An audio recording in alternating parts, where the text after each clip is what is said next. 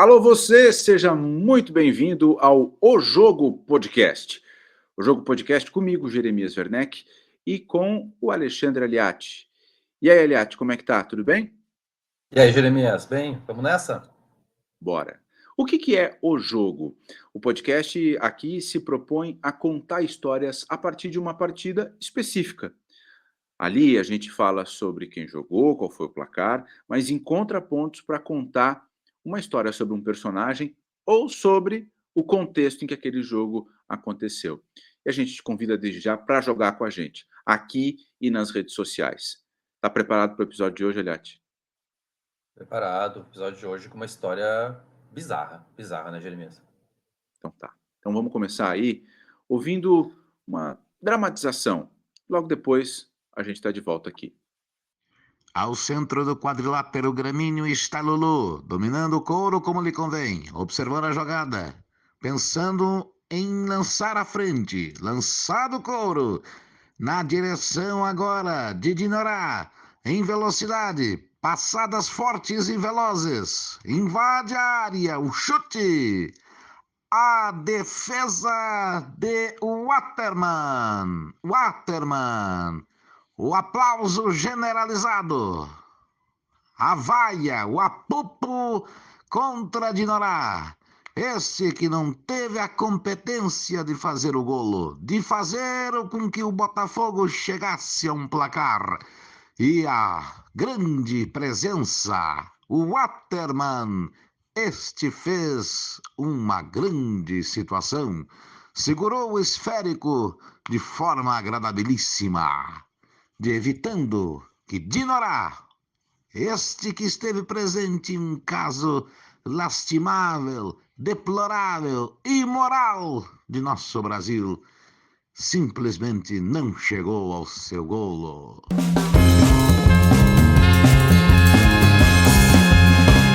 Com essa narração, dramatização na voz do narrador Luiz Magno, a gente abre o nosso episódio de hoje do O Jogo. O Jogo Fluminense e Botafogo, de 1909, que na verdade é o gancho para a gente falar do Botafogo, mas de um baita de um personagem, do Dinorá. E para jogar esse jogo comigo está aqui o Alexandre Aliati. Aliati, obrigado, e eu quero saber se está preparado para revisar esses vários anos de Botafogo, de Dinorá, essa peculiaridade que constrói o Botafogo, Aliati. Mais de um século. Por que esses dois malucos resolveram falar de um jogo ocorrido há mais de um século, né, Jeremias? A galera deve estar se perguntando. Com razão, mas a gente promete que vai convencer todo mundo de que vale a pena. Como você falou, o Botafogo e suas peculiaridades, esse talvez seja o personagem mais impressionante, não tão conhecido, mas o mais impressionante entre as várias histórias impressionantes que formam, que moldam o nosso querido Botafogo. Boa, então sejam bem-vindos, bora jogar esse jogo com a gente, comigo e com o Alexandre Aliati, eu, Jeremias Werneck e Alexandre Aliati. E vamos começar falando sobre o jogo de 1909. A gente está voltando mais de 100 anos no passado por um motivo muito especial. Fluminense e Botafogo, naquele dia, jogaram. Não era um jogo que valia título, né, Aliati? Mas é um jogo que tem rivalidade ali no início do século e que, falando do jogo ainda, não entrando no Dinorá, mas falando do jogo, o que quem está nos ouvindo não pode deixar passar quando a gente fala de Fluminense e Botafogo daquele 1909? Bom, era um período ainda, naturalmente, de desenvolvimento do futebol no Brasil, então não tinha toda aquela atenção de imprensa, o público estava se familiarizando com aquele esporte ainda, estava no Brasil já há alguns anos, mas o público estava se familiarizando. Em domingos como aquele, havia a concorrência do remo e de outros esportes que eram até mais populares do que o futebol, e mesmo assim, muita gente foi ao estádio do Fluminense assistir aquela partida. Por dois motivos. Primeiro, porque eram os dois grandes times na disputa por aquele título carioca, e de fato acabariam sendo campeão e vice aquele ano. E o segundo motivo atende pelo nome de Dinorá de Assis, que é o grande personagem deste nosso primeiro episódio do jogo, e sobre quem nós vamos falar daqui a pouquinho em mais detalhes. Ele chamou muita atenção para aquela partida especificamente, por causa de um episódio impressionante acontecido exatamente uma semana antes do jogo. Aquele jogo foi num domingo, esse episódio aconteceu no domingo anterior e movimentou a sociedade carioca de um jeito muito impressionante, muito marcante. Eu tô com a súmula aberta. Primeiro que isso é uma coisa maravilhosa. Tem uma súmula de um jogo de 1909, tá? Não posso fingir qualquer tipo de reação normal, tá? Vai lá, PVC.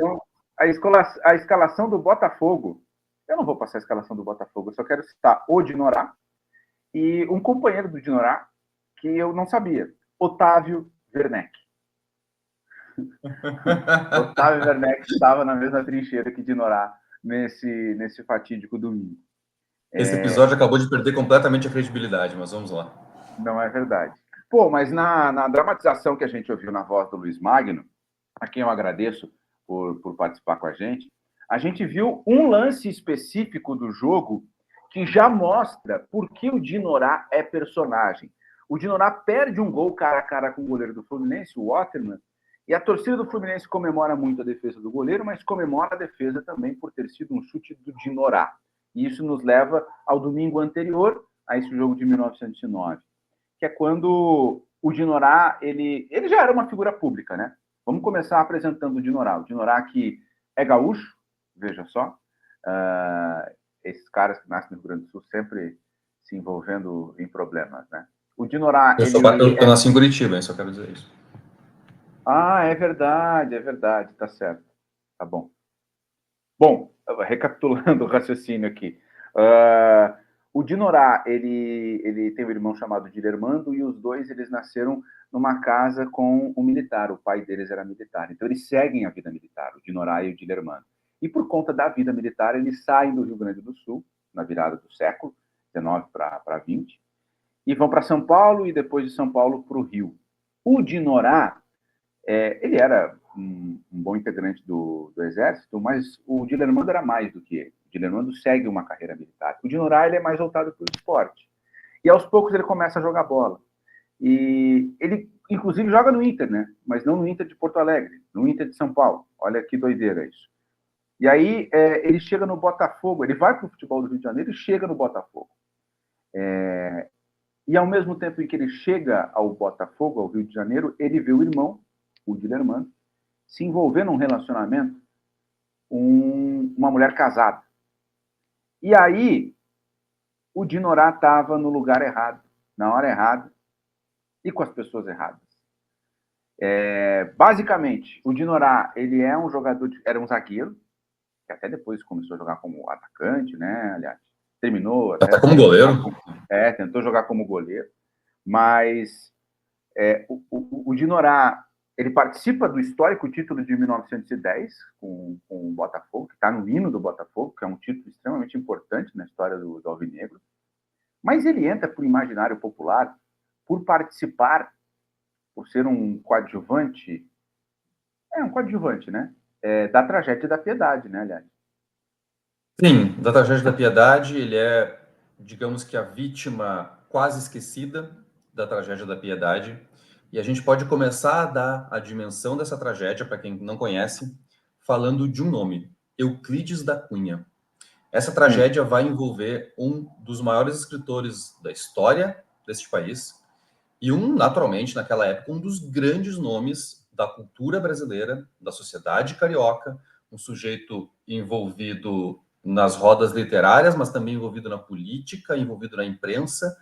Enfim, ele era uma celebridade, ele era um dos grandes nomes do Brasil na época.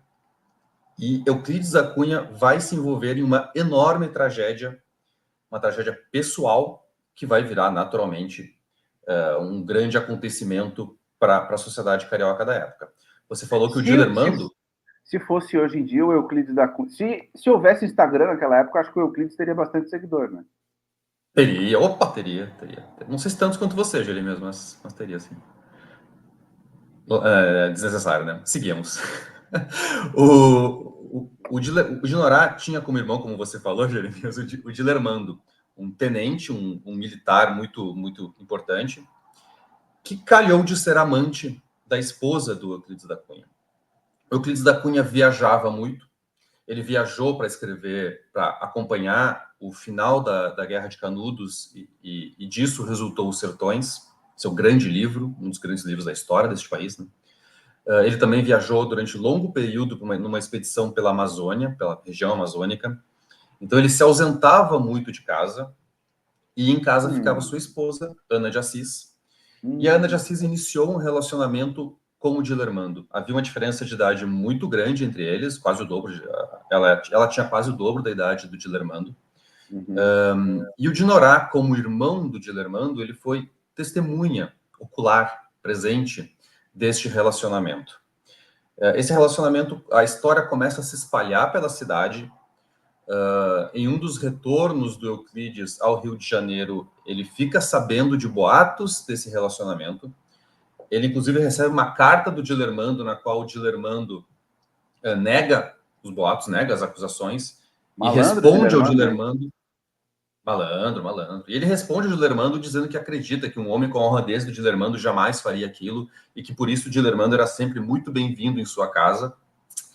Só que a história vai se avolumando, até que Euclides da Cunha, convencido de que, na verdade, aquela traição existe e de que, inclusive, Ana engravidou de Dilermando, um bebê que durou apenas uma semana, e que hoje em dia há acusações de que o Euclides da Cunha, de certa forma, matou essa criança, impedindo que a Ana amamentasse, que essa criança teria morrido de inanição. Mas ao saber, ao ter convicção da traição, Euclides da Cunha, um dos grandes intelectuais brasileiros da época, resolve pegar em armas, resolve lavar sua honra, não com livros, não com textos, mas com uma arma. Ele pega um revólver e vai na direção da casa onde estava Dilermando e onde também estava Dinorá, e lá vai buscar vingança. A história ela é de uma... São camadas e camadas de tragédias aí, né? Mas antes da gente seguir, vamos só reposicionar a figura do Euclides da Cunha na história brasileira. Ele era um defensor da República, ele participou do processo que transforma o Brasil em República, ele mostra para o Brasil urbano um lado do Brasil que muita gente não conhecia, que é com a descrição da guerra que virou o livro Os Sertões, e esse livro, ele é um dos livros mais importantes da literatura moderna brasileira. Por exemplo, isso eu não sabia, tá? Isso eu fiquei sabendo depois que a gente começou a trocar ideia. O Gabriel Garcia Marques, o Gabriel Garcia Marques ou o Vargas Llosa, um dos dois, escreveu um livro inspirado nos Sertões, que é Guerra do Fim do Mundo. Então, o Euclides da Cunha, que entrou para a Academia Brasileira de Letras, que era um escritor, um célebre escritor na virada do século, ele influenciou outros escritores na América do Sul. Então, olha o tamanho desse cara. Olha o tamanho do Euclides da Cunha, que viajava, saía de casa e, quando voltava, ouvia que a mulher dele estava envolvida com um cara muito mais novo e que vai chegar no domingo anterior a Fluminense e Botafogo, no bairro da Piedade. E aí o bicho pega, aliás. Aí o bicho pega. Ele acorda naquele dia, se veste, coloca roupas mais simples do que ele costumava usar, mesmo assim roupas elegantes, pega um trem e vai para o subúrbio do Rio de Janeiro. Ele chega no bairro da Piedade e ele não sabia onde é que era a casa, então ele pergunta para populares, para pessoas que estão passando pela rua, se sabem onde é que moram os irmãos Assis, o Dilermando e Dinorá, não confundir com Assis e Ronaldinho Gaúcho. As pessoas naturalmente conhecem os irmãos, porque eles são militares, são famosos, são jovens, são bonitos, eles são conhecidos naquela região, e muito brevemente o Euclides da Cunha está à porta da casa, onde Dinorá está à janela. Quando o Euclides chega, o Dinorá está na janela da casa, o Dinorá vê o Euclides se aproximando e avisa para dentro de casa que Euclides está ali. O Dilermando vai para seu quarto para já se preparar, colocar suas vestes militares, que seria uma forma melhor, mais imponente de receber Euclides da Cunha, que não estava ali, naturalmente, para jogar xadrez, né? O assunto era sério. O Euclides, de certa forma, invade a casa, o Dinorá tenta enrolar ele, mas o Euclides invade a casa, e aí começa uma troca de tiros. O Euclides atira no Dilermando, o Dinorá pula no Euclides para tentar evitar aquela troca de tiros, O Euclides acerta um tiro no Dinorá, o Dinorá corre e o Euclides acerta outro tiro, esse nas costas do Dinorá. Esse tiro vai desgraçar Dinorá, nós vamos chegar lá, mas esse tiro, disparado pela mão do escritor que escreveu um dos maiores livros da história deste país, esse tiro vai desgraçar Dinorá, jogador do Botafogo. Mas naquela briga, o Dilermando sabia atirar melhor do que o Euclides da Cunha. O Dilermando era um militar, ele era um especialista, ele era um grande atirador. Naquela troca de tiros, o Dilermando é atingido, só que ele atinge o Euclides da Cunha de forma fatal, de forma mortal. O Euclides da Cunha cambaleia até o pátio da casa e lá morre. Então, reparem nisso, é o grande escritor brasileiro da época, ou ao menos um dos 2 ou 3 grandes escritores brasileiros da época. Ele vai matar o amante da esposa e é morto por ele. Dá para imaginar o tamanho da repercussão que isso teria no Rio de Janeiro na semana seguinte, naquela semana que seria encerrada com um jogo entre Botafogo e Fluminense, no qual Dinorá, com uma bala cravada nas costas, faria questão de ir a campo, Jeremias. Se vocês não são familiarizados com essa história, se nunca ouviram falar nessa história, estão achando que ela é um roteiro de novela, de folhetim.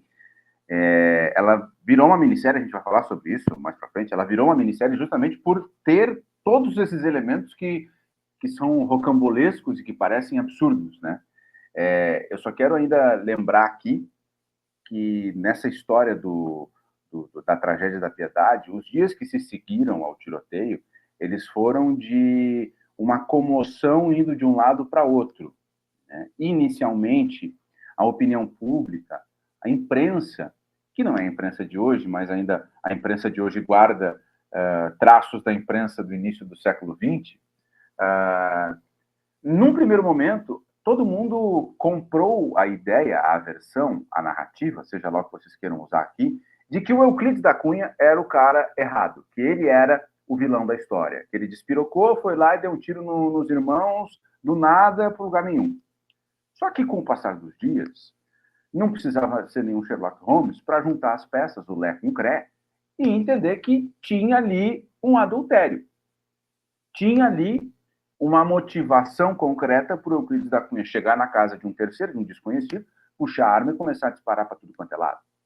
E essa mudança de perspectiva em relação ao episódio é que leva para o cenário em que o Dinorá é vaiado ao entrar em campo, no Fluminense e Botafogo, que a gente citou no início do episódio, e que a torcida do Fluminense celebre um erro do Dinorá. Porque ao longo da semana, até o clássico com o Fluminense, o Dinorá passa de vítima para cúmplice da vilania, perante a opinião pública e perante a imprensa. Pô, o cara sabia e não fez nada. O cara estava lá e ele participou da morte do Euclides da Cunha. E ele teve algumas atitudes nesse intervalo que também não ajudaram ele, enquanto pessoa pública, para se manter afastado ou para não botar mais lenha na fogueira na ideia de que ele era um vilão, né, aliás? Ele tentou invadir a cena do crime enquanto ainda estava acontecendo a investigação. E conforme o humor da sociedade vai mudando em relação a eles, a decisão de ir a campo parece uma afronta. Eu vi escalações de jornais da época, sei lá, na quinta-feira, na quarta-feira, projetando as escalações dos times para a final, e não aparecia o nome do Dinorá. Bom, aí deixa eu sair só um minutinho. Tu é um jornalista, um pesquisador, mas ir nos jornais antes do jogo e pesquisar a escalação seria como ouvir a Rádio Grenal hoje em dia. Parabéns. Eu estava num dia um pouco entediado, pode acontecer. Mas os jornais... colegas da Rádio Grenal, eu escuto a Rádio Grenal, tá? Eu tô brincando aqui. É uma brincadeira, claro. Os jornais não previam a escalação do Dinorá ali 2, 3 dias antes do jogo, porque era absurdo. Imagina. Esse cara não só esteve envolvido nesse enorme escândalo, como ele tem uma bala cravada nas costas. Gente do céu, é óbvio que ele não vai jogar. Que jornalista seria maluco de colocar Dinorá na escalação do Botafogo? E chega o dia do jogo e o maluco do Dinorá aparece em campo. Ele é titular do Botafogo. Por que ele não vai jogar? Ele está em condições? Ele não está doendo? Está tudo bem? Ele vai a campo. E isso é visto como uma afronta. Como você pontuou muito bem, ao longo daquela semana, o humor mudou. No início, claro foi tratado sim. como uma loucura do Euclides. Depois começou a ser tratado como, na verdade, uma história chocante para a época de traição envolvendo uma família super célebre do Rio de Janeiro. Para quem está nos assistindo em vídeo e não só nos escutando, eu vou mostrar para vocês agora uma página do livro A História das Camisas dos 12 Maiores Times do Brasil. Estou pegando aqui a página 40, que fala sobre o Botafogo, e vou dividir com vocês o uniforme do Botafogo naquele 1909. Tá? Ali, ó, esse aqui, ó.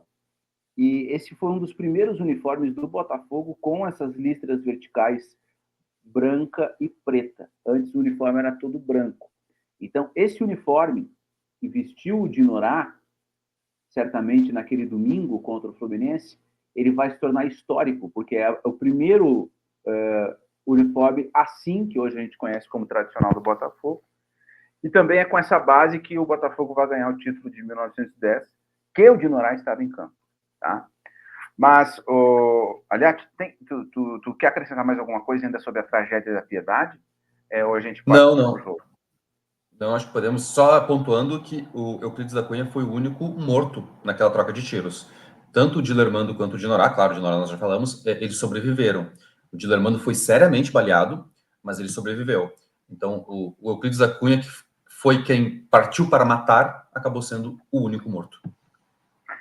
E aí o seguinte, sobre o Dinorá, ele vai a campo, ele fica em campo nesse Fluminense e Botafogo, e um asterisco aqui, né? A dramatização que a gente ouviu no início, ela é uma dramatização, porque com certeza em 1909 não tinha nenhuma rádio transmitindo futebol, né? O rádio no Brasil era diferente, eram rádios sociedades, então não tinha uma transmissão de futebol, por isso que a gente pediu para o Luiz Magno gravar ali, dramatizando o relato que a gente encontrou nos jornais, do início do jogo, do lance e tal. O Fluminense vence a partida, o Botafogo perde esse jogo, o Dinorá estava em campo, mas o Dinorá continua jogando bola, mesmo com essa bala alojada dentro do corpo dele. Em 1910, ele participa de grande parte dos jogos da campanha do título do Botafogo. É um título carioca que está no hino do Botafogo, a gente já falou aqui, que é um título importante. Mas ali o Dinorá começou a perceber que o corpo dele estava sentindo mais do que dores, estava ficando travado mesmo, porque, cara, ele está com uma bala alojada na nuca, no pescoço. Né? Isso é uma coisa, é uma insanidade. E, bom, vamos dar uma passada rápida no que foi a vida do Dinorá depois de 1910, em que ele participa do título, aliás. Nessa linha do tempo, o que a gente não pode deixar passar aqui? Primeiro, Jeremias, que só queria reforçar que é muito impressionante. É como o Botafogo tem essa tradição de parece que ele está sempre no limiar, ali no limite entre a glória e a tragédia, né? Sempre ali se equilibrando para algum dos lados. O Dinorá participa do título de 1910. Botafogo campeão desde 1910. É o título do glorioso. O Dinorá está em campo, ele é titular, ele só não joga um jogo daquela campanha, ele faz gols naquela campanha e ele tem uma bala no corpo, ele continua jogando. E isso acontece mesmo ele percebendo que está perdendo os movimentos do corpo. Como consequência do tiro, o Dinorá começa a perder os movimentos do corpo, ele começa a perceber isso já em 1910. E isso vai resultar que em 1911 ele para de jogar futebol. É dessa perda de movimentos nessa perda que vai iniciar todo o processo de degradação do Dinorá. Primeiro que o Dinorá ele não tinha a força mental do Dilermando para lidar com toda aquela situação. Tá?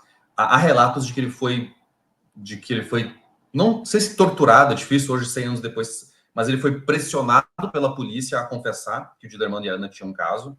Então aquilo já deixou um certo impacto nele. E depois começam as questões físicas. Porque sem a mobilidade, ele não pode mais fazer o que ele mais gostava, que era jogar futebol. Ele para de jogar futebol em 1911. Ele não consegue seguir uma carreira militar. Primeiro porque ele está sendo julgado pela sociedade, então ele não cabe mais para aquela classe pomposa dos militares da época, ele já não interessa, a figura dele já é desprezível. E segundo porque, enfim, toda a parte física dele também está comprometida, né? Então, aquilo começa a causar no Dinorá um impacto muito grande que o leva a uma vida desregrada, o leva à bebedeira, à noite. Disso vem a sífilis, que é o que vai acontecer também com Heleno de Freitas, curiosamente, outro personagem trágico do Botafogo.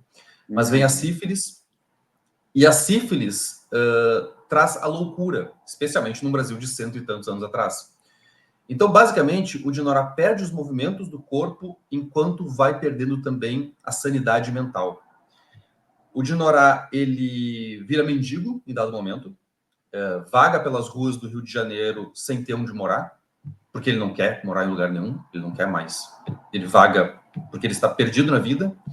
Há cenas dele pedindo dinheiro, arranjando confusão em bares, dormindo na rua. O Dinorá tenta se matar no Rio de Janeiro. Ele pega um táxi e vai até a praia de Botafogo, olha que ironia, aquele lindo cartão postal do Rio de Janeiro, e lá ele se joga no rio, se joga no mar, mas ele é salvo, ele é resgatado das águas. Para ele era um suicídio. Tu te lembra que ano que ele tentou isso na praia de Botafogo? Se eu não estou equivocado, é 1914, se eu não estou equivocado, mas pode ter uma imprecisão aqui. Mas ele é resgatado, então ele não consegue. E nos anos seguintes, ele já cada vez mais debilitado, ele é internado, ele vai parar num hospício, ele consegue sair desse hospício e até passa um tempo com o irmão e com a Ana em Bagé, aqui no interior do Rio Grande do Sul. A Ana e o Dilermando se casam depois do julgamento, o Dilermando é inocentado no julgamento, e aí ele e a Ana se casam. O Dinorá vive com eles uma parte da vida em Bagé, só que aquilo nunca saiu dele assim, sabe? Até que ele retorna a Porto Alegre, sua cidade natal. Em Porto Alegre, ele é visto pela última vez conversando com conhecidos na rua Barros Cassal, que hoje é uma rua muito importante aqui do Bonfim, né, aqui em Porto Alegre, né, Jeremias? Você conhece bastante bem. Dali, ele ruma em direção à região portuária de Porto Alegre, a região do Rio Guaíba, sobe num trapiche da companhia Becker, e lá ele se atira nas águas do Guaíba e se mata. Se mata como consequência de tudo aquilo que veio de um tiro disparado pelo Euclides da Cunha. Eu reforço isso, eu acho que é a terceira ou quarta vez que eu falo isso, porque eu acho muito, muito impressionante. Eu não conheço nenhum jogador do futebol brasileiro que tenha tido uma trajetória tão surreal, tão impressionante, tão bizarra quanto a do Dinorá. E nós somos bons em personagens extraordinários, né? O futebol brasileiro é bom nisso. Mas igual o Dinorá eu não consigo imaginar.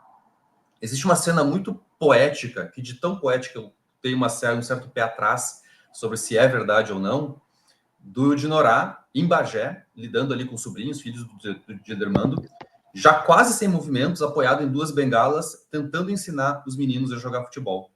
No último suspiro de sanidade, assim, tentando ensinar os meninos a jogar futebol. Ele vai morrer pouco tempo depois dessa cena, se é que essa cena realmente existiu, eu confesso certa desconfiança. E claro que o suicídio dele vai ser um fato marcante para a época, mas sem a repercussão que teve a tragédia em si. O que vai fazer com que o Dilermando vá aos jornais e publique uma carta defendendo o Dinorá. Eu posso ler um trecho aqui, Jeremias? Claro. Esse livro aqui, para quem estiver nos assistindo, esse livro aqui conta toda a história da tragédia da Piedade. É da Mari Del Priore, uma das grandes historiadoras brasileiras. O livro se chama Matar para Não Morrer, A Morte de Euclides da Cunha e A Noite Sem Fim, de Dilermando de Assis. O livro trata com atenção a personagem do Dinorá, tá? Geralmente, quando se fala dessa tragédia, se ignora um pouco o Dinorá. Ele é um personagem secundário, inclusive na minissérie da Globo. Mas esse livro aqui trata com bastante atenção.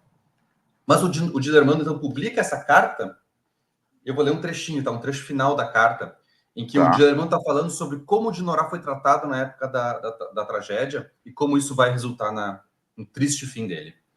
A balela criou raízes, eviscerou-se no espírito público, que até o presente ainda está persuadido da veracidade da infâmia, e ele transmudou-se em réprobo. Custa crer que semelhante miséria se tivesse consumado, e obtiveram assim a repulsão de meu infeliz irmão, do meio honesto e digno em que sempre viveu, e a que jamais deixou de fazer jus.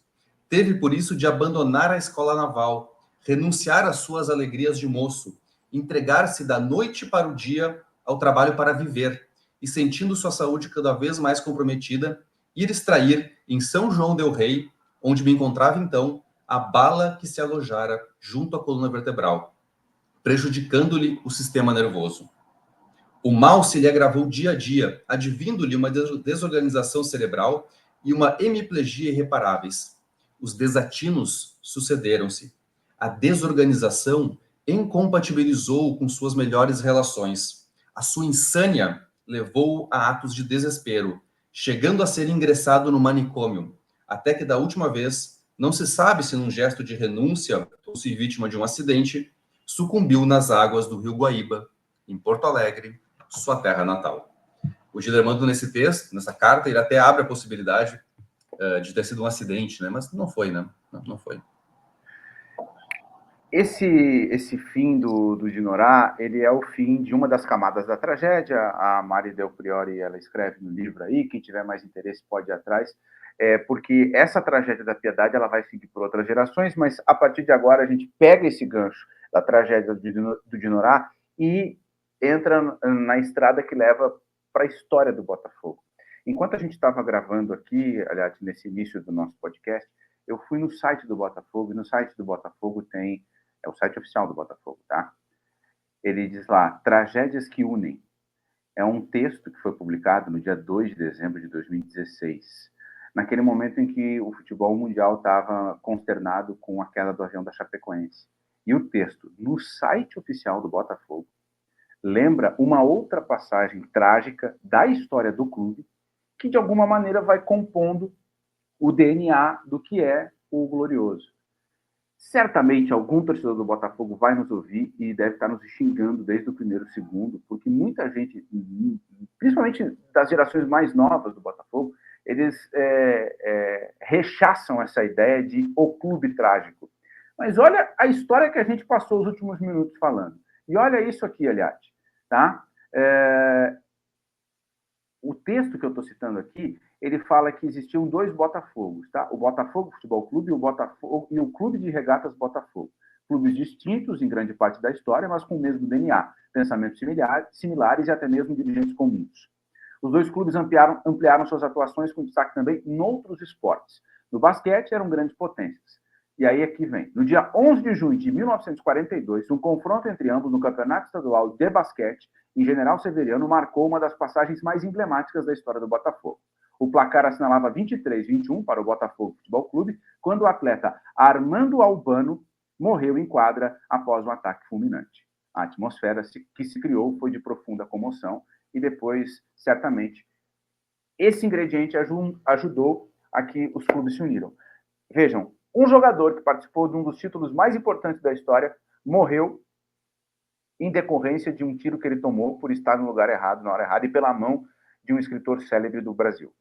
O jogador de basquete morre em quadra e faz dois times com o mesmo nome se juntarem e virarem o Sol. E não tem como afastar a tragédia do Botafogo. Eu vou te dar um depoimento.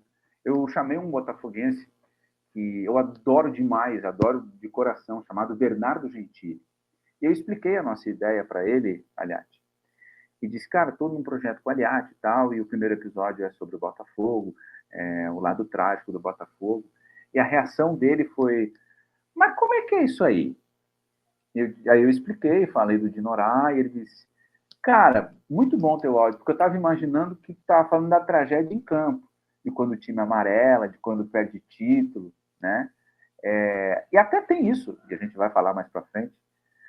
Mas tu também tem um depoimento, eu já vou chamar o Gentili para a roda, mas eu quero rodar primeiro aqui o depoimento que tu conseguiu, de um botafoguense falando sobre esse componente vital na construção do Botafogo. O nosso querido Caju, para quem assiste ao Redação Sport TV, ele é figura constante, o Lucas Prataforte.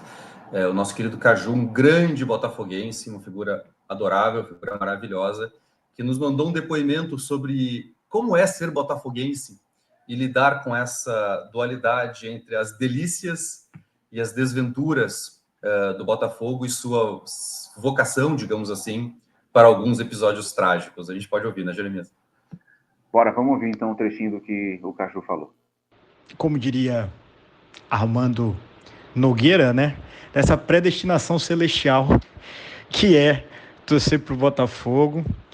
essa loucura, esse convívio constante com o acaso, com o caos, mas também essa devoção que nos faz completamente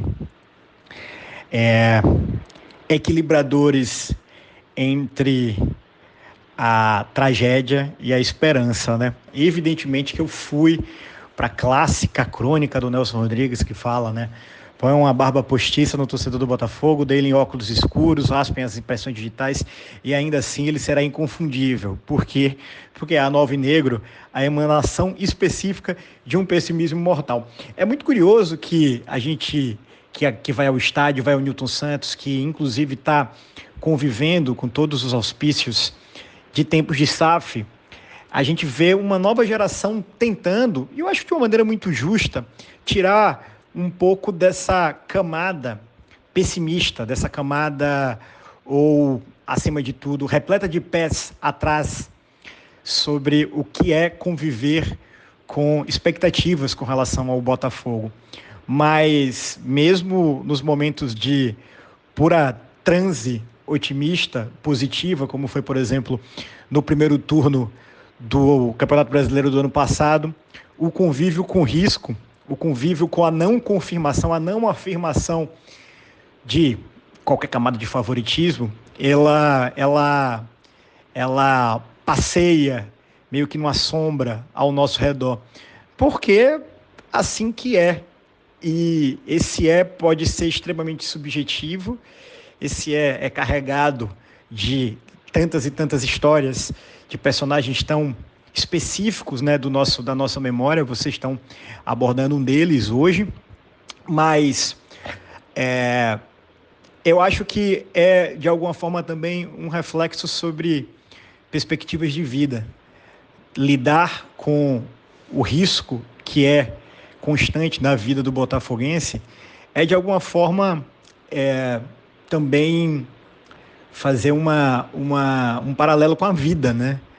A vida, ela é um emaranhado de decisões e cada decisão, o acaso contribui e o risco o risco é inerente. Então, ser botafoguense, de alguma forma, é trazer para aquilo que para muitos deveria ser um escape, um pouco do que é o todo da vida. É duro em muitos momentos, mas é uma delícia. Tá aí o Caju, e é impressionante como ele captura justamente essa leitura, que é uma leitura externa. Olha, bonita camisa que o Aliati está mostrando. Eu fiz questão de trazer aqui. Isso aqui é do Newton Santos, do bicampeonato de 62. Olha aqui, ó. Petzinho lindo. Linda camisa. Linda camisa. Eu tenho uma. Eu acho, Jeremias, na minha modesta opinião, eu acho o Botafogo o time mais.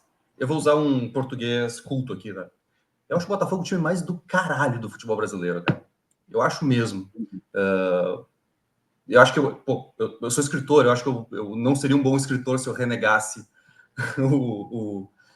tudo que envolve o Botafogo, assim, o Botafogo é um clube quase ficcional, sabe?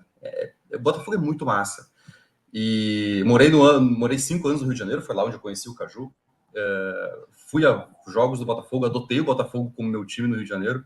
Então eu gostaria de dizer, especialmente para aqueles que talvez estejam nos odiando nesse momento por invocar essa tradição trágica do Botafogo, eu quero dizer que eu sou um aliado, tá? Por favor. Eu sei que você também eu sei que você também gosta, e que lá atrás, naquelas camisetas lá, ó, tem uma do Botafogo que é muito legal também. Tem. Depois eu posso pegar ali. Eu só quero aproveitar esse gancho, assim, dessa tua definição de que o Botafogo é esse clube. Jeremias, eu vou te deixar falando sozinho um pouquinho, porque a Anitta veio aqui participar da nossa gravação. Eu vou te deixar falando sozinho, a gente já volta, tá? Tá, claro. Oi, Anitta. Ela tá fora de quadro. Oi, a mãozinha lá. Mas isso que o Aliati está falando, ele vai muito na esteira de... O Botafogo é um clube fora de série. E acho que a gente no Brasil, especialmente no Brasil, em outros países até tem isso, mas no Brasil tem mais, que é enxergar o clube como uma plataforma para vencer. Né? O Botafogo, quando a gente fala que ele é um clube do caralho, a gente não fala necessariamente de vencer. Ele é um clube que tem essas personagens, essas histórias, essas trajetórias, que transformam ele em mais do que uma plataforma para vencer. Porque o futebol no Brasil, especialmente, ele é muito uma válvula de escape. Então, as pessoas elas olham para o clube como uma maneira de lidar com a frustração. Muita gente transforma o clube do coração, ou que pegou por influência de alguém, como um capataz para lidar com o ressentimento, né? Então, quando a gente fala do Botafogo como um clube foda pra caralho, a gente não está falando de um clube que vai lá e vai ser campeão sempre.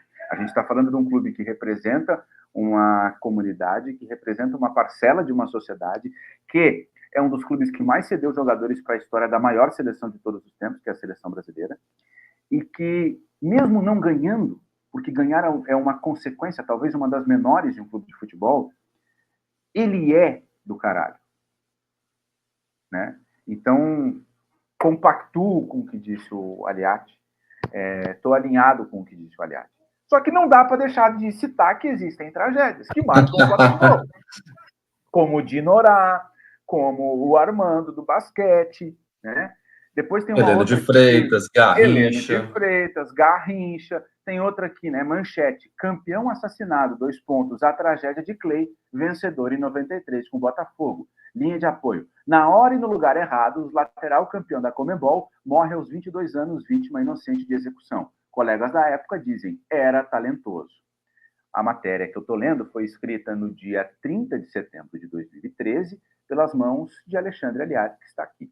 Então, vejam, existem vários momentos da trajetória do Botafogo com tragédias. Isso que nós nem chegamos no campo, tá?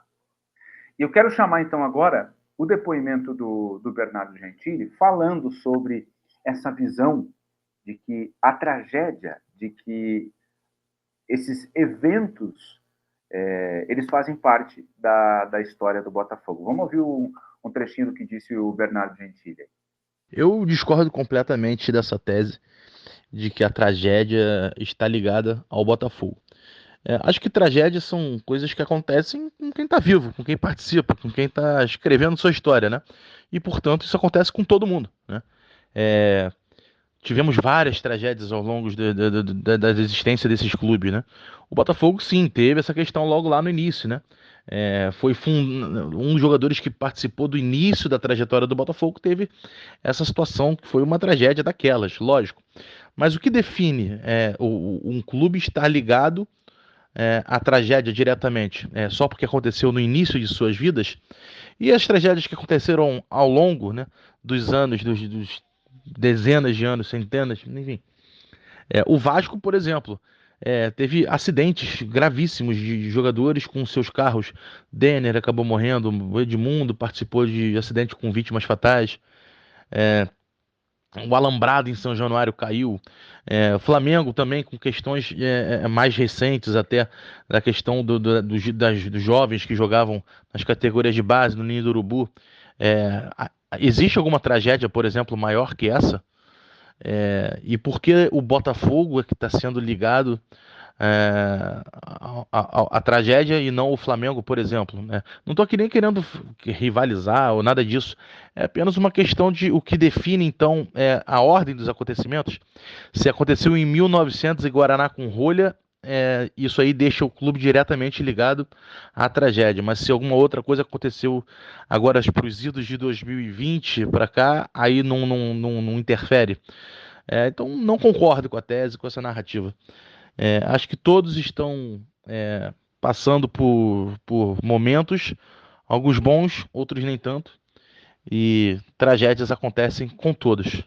Um abraço. Tá aí o Gentili. E o Gentili, ele faz parte de uma nova geração de botafoguense perante a opinião pública, né? É um cara que também está pegando essa fase do Botafogo com dinheiro, do John Textor, mas que eu conheci o Gentili no início dos anos 2010. E era um período muito duro para o Botafogo, né? Aliás, qual não foi, né? Mas...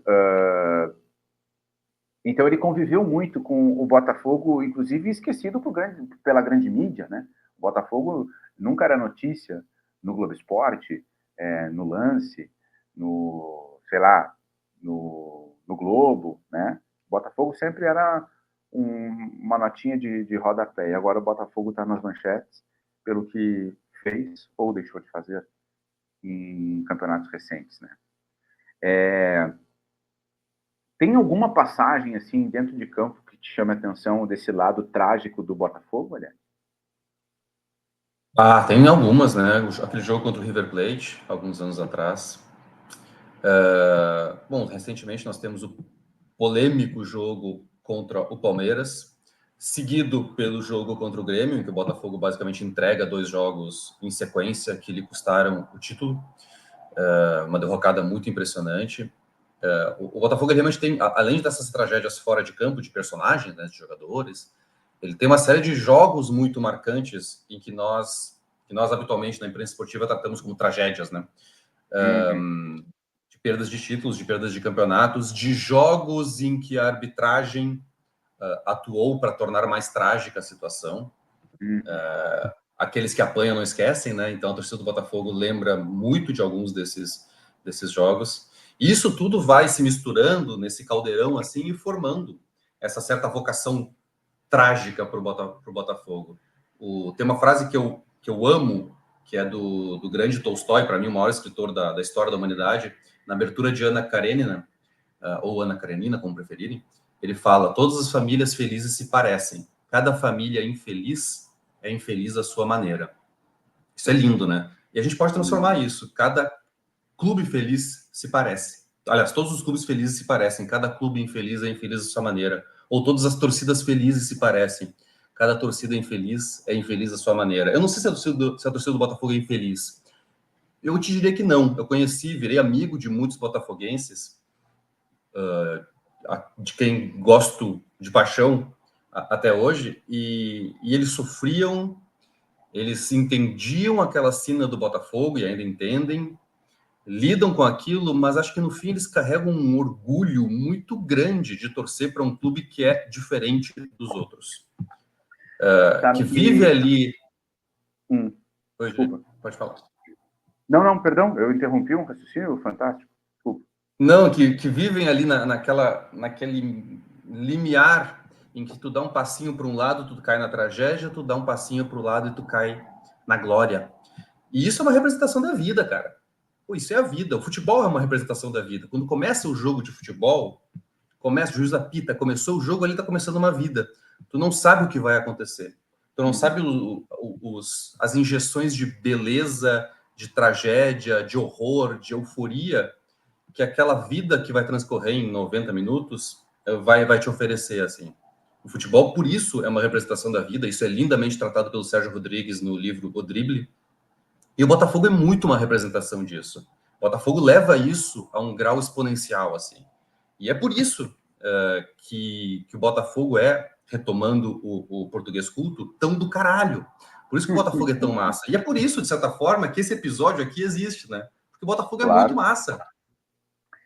Sabe que eu te perguntei sobre um jogo marcante, assim, desse lado trágico do Botafogo. E claro que tem esse Botafogo e Palmeiras, o 4-3, né? E nesse jogo em específico tem uma história que ela não é trágica, mas ela é surreal, que o Botafogo também tem um capítulo especial na sua história para... História maravilhosa, sei o que você fala, história maravilhosa. Como é que a gente chama? Cara, me fugiu a palavra agora. O Endrick, ele ouviu no vestiário os gritos de "é campeão" antes desse Palmeiras e Botafogo e Palmeiras. E o Endrick, ele entrou puto e destruiu com o jogo, achando que a torcida do Botafogo estava gritando "é campeão" para o time, que era líder do campeonato. Mas a torcida do Botafogo estava gritando "é campeão" para um outro atleta que estava desfilando com o título da modalidade dele. Um remador. Então, olha o tamanho desse episódio. O Endrick entrou em campo e fez o que fez porque achou que o grito era para o time, que ia ser campeão brasileiro. Não era. Então, o torcedor do Botafogo, ao proclamar o orgulho ali por um atleta de outra modalidade, acabou mexendo num tigre com vara curta e perdeu o jogo. E olha que doideira. Olha que doideira. O jogo do Botafogo com o Grêmio, que o Luiz Soares engole o jogo, ele saiu do Newton Santos e foi pro São Januário. Se não fosse em São Januário, o Soares não jogaria, porque ele não joga em gramado sintético por conta do joelho. Olha só a doideira disso, cara. Mas um dos jogos que mais me marca nessa trajetória do Botafogo, assim, desse lado do Botafogo, aconteceu em 2008. E enquanto o Aliati estava falando, eu fui pesquisar. Você vai lembrar desse jogo, Aliati? Aquele time do Botafogo de 2008, do Cuca, era um time delicioso de se ver, pelos personagens e pela trajetória. Era um time que a gente via que poderia ter ido muito mais longe nos campeonatos que jogou. 2008, Copa Sul-Americana, estádio Newton Santos, jogou Botafogo e Estudiantes. Esse jogo terminou 2-2 e o Estudiantes passou. Mas o jogo ficou marcado porque o André Luiz, zagueiro, gaúcho, ele recebe um cartão amarelo, ele fica enlouquecido com a aplicação do cartão amarelo, e ele toma o cartão amarelo da mão do árbitro, o Carlos Xandia, e dá cartão amarelo para o árbitro. Quando ele dá cartão amarelo para o árbitro é pego de surpresa, retoma o cartão do André Luiz, pega do chão e diz, gostou, então é teu, toma, é o segundo. E o André Luiz é expulso. Com um a menos, o Botafogo não tem força para vencer o Estudiantes e não passa na Copa Sul-Americana. Essa história é fantástica. André Luiz, que havia feito um gol do Botafogo nesse jogo.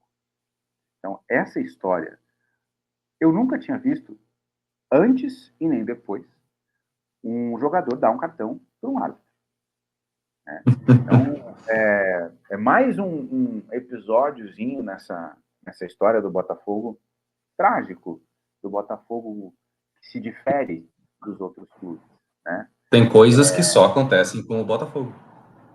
E essa frase, ela virou muito presente no inconsciente coletivo, mas teve um cara em especial que te disse isso, né? Sim, não me disse diretamente, mas quando eu escrevi uns bons 10 anos atrás uma matéria sobre o Dinorá. Isso que nós estamos conversando aqui sobre o Dinorá. Eu fiz uma matéria sobre isso uns anos atrás. E um tal de Ronaldo Nazário leu a matéria e tuitou a matéria com essa frase. Tem coisas que só acontecem com o Botafogo. Cara, eu tô gravando um podcast com um cara que teve um tweet retweetado pelo Ronaldo. Isso é outro nível, cara. Isso é outro nível. Méritos de Dinorá, né? Méritos são de Dinorá, não são meus. Não, é verdade.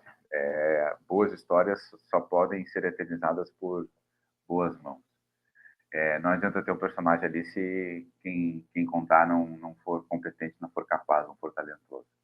Ainda sobre o Dinorá, que é o fio da meada para a gente falar do Botafogo, vamos falar rapidinho nessa finaleira aqui do episódio sobre a teledramaturgia comprando a tragédia da Piedade, porque a Globo ela fez uma minissérie sobre a tragédia da Piedade, uma minissérie chamada Desejo, final dos anos 80, início dos anos 90, e com um grandíssimo elenco, né? Tarcísio Meira, Vera Fischer, Guilherme Fontes, era um elenco pesado, era um elenco pesadíssimo.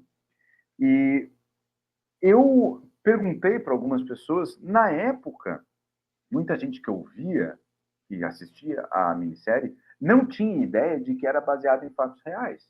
Então, louca que era a história, né? Mas é uma minissérie da Globo falando sobre a tragédia da Piedade, em que tá lá o Dilermano, tá lá todo mundo com o nome verdadeiro, não houve nenhuma adaptação dos nomes, né, Liat? Sim, e curiosamente, se fosse meramente ficção, seria ficção ruim, porque seria inverossímil. Como Claro, ficção, é inverossímil. claro, Isso é inverossímil. claro, perfeito. Só é passível de ser feito de forma decente enquanto arte, porque todos esses absurdos são reais. Porque se eles fossem inventados, ninguém compraria. Ninguém acredita nisso. Imagina, é muito inverossímil. Mas sim, foi uma série de sucesso. Você ia falar alguma coisa, Jeremias? Você levantou o dedo. Não, desculpa. Mas foi uma série de sucesso, realmente com um elenco muito de peso. A série foi muito focada no relacionamento, no triângulo amoroso, digamos assim. Ou seja, nas personagens do Dilermando, da Ana e do Euclides da Cunha. O Dinorá é bastante coadjuvante na história, mas mostra-se ali a derrocada dele. Tem uma breve cena desse jogo contra o Fluminense, curiosamente aparece, assim, uma cena de, sei lá, 5, 10 segundos, mas muito breve, mas aparece. e depois aparece a derrocada do Dinorá, ele vagando pelas ruas, ele arranjando confusão, e por fim, a triste morte, o suicídio do Dinorá nas águas do Rio Guaíba, aqui em Porto Alegre. E essa minissérie ela fez tanto sucesso que ela foi reprisada mais de uma vez no canal Viva, que é um canal da Globosat, né, fechado, e também passou na TV de novo. Então, a reprise é um atestado, a comprovação de que aquela produção, seja ela qual for, ela dá certo. No caso do Desejo, aí, a série baseada na tragédia da Piedade, é a comprovação mesmo de que a série teve muito sucesso. Ela rodou mais de uma vez. Mais cedo, aqui nesse episódio, o Aliati falou de uma camisa que eu tenho do Botafogo, e eu peguei ela para mostrar. Quem está nos assistindo aí, pode nos assistir aqui ou também no YouTube. É só ativar o vídeo aqui, ou então ir lá no YouTube, no canal. Essa é a camisa, ó. É uma camisa de 1995, patrocínio da 7-Up, o histórico ano de 1995, na trajetória do Botafogo. Essa é a camisa 3, tem a camisa principal, a camisa reserva, e essa é a terceira alternativa do Botafogo. Foi uma das primeiras camisas, assim, toda preta da história do Botafogo, né? Então, guardo com muito carinho. Essa camisa eu ganhei de um grande amigo meu, chamado Lucas Dias, e guardo com muito carinho porque, além de linda, ela tem um relevo aqui, o escudo do Botafogo, acho que assim dá para ver. É linda a camisa.